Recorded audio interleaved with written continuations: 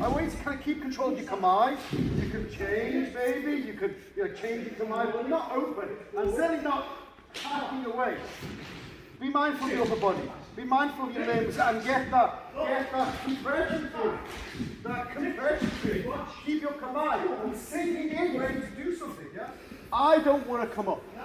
So I don't want to have this sense that when I'm Ashi Barai, everything is coming up. I just lose control.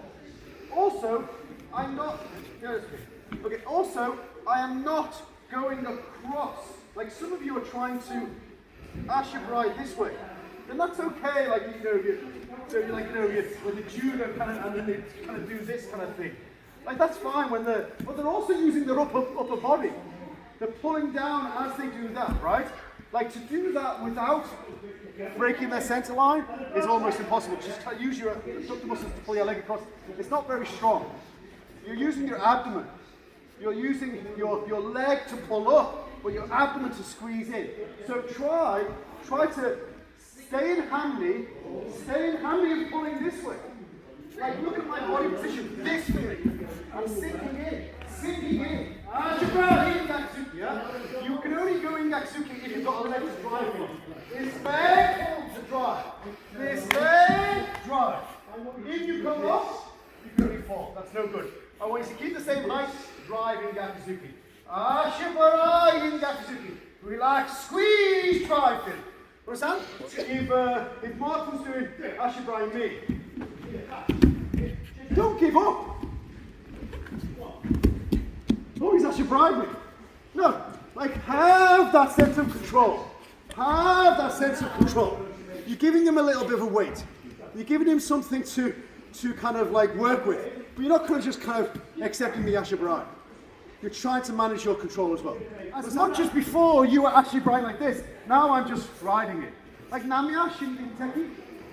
This. You have to do Gatsuki, yeah, but you can see that's what's going to come, right? The idea, ride it. Oh, thank you very much. Ashi Barai, oh, that kind of thing. Understand?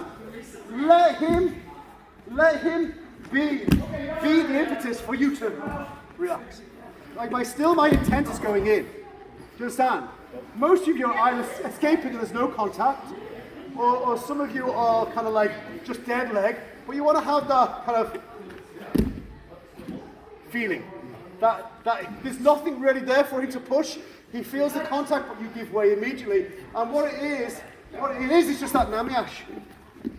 Like that we've done in Tekken Shodan for years. You're keeping your weight there. Oh, it's gone, feeling. I'm keeping my weight there. It's gone, feeling, and I'm going in Gakuzuki.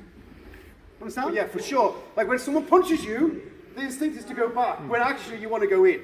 That's the time to go in, and we want to train that, yeah? So Ashi Barai, everybody instinctively goes back, but the feeling is going in. And like I said, like Tekken Shodan, you want to have that feeling. You're not going back and push. You're feeling like you're escaping and going in, that sort of feeling. Having that ability to twitch from your core to bring that limb in.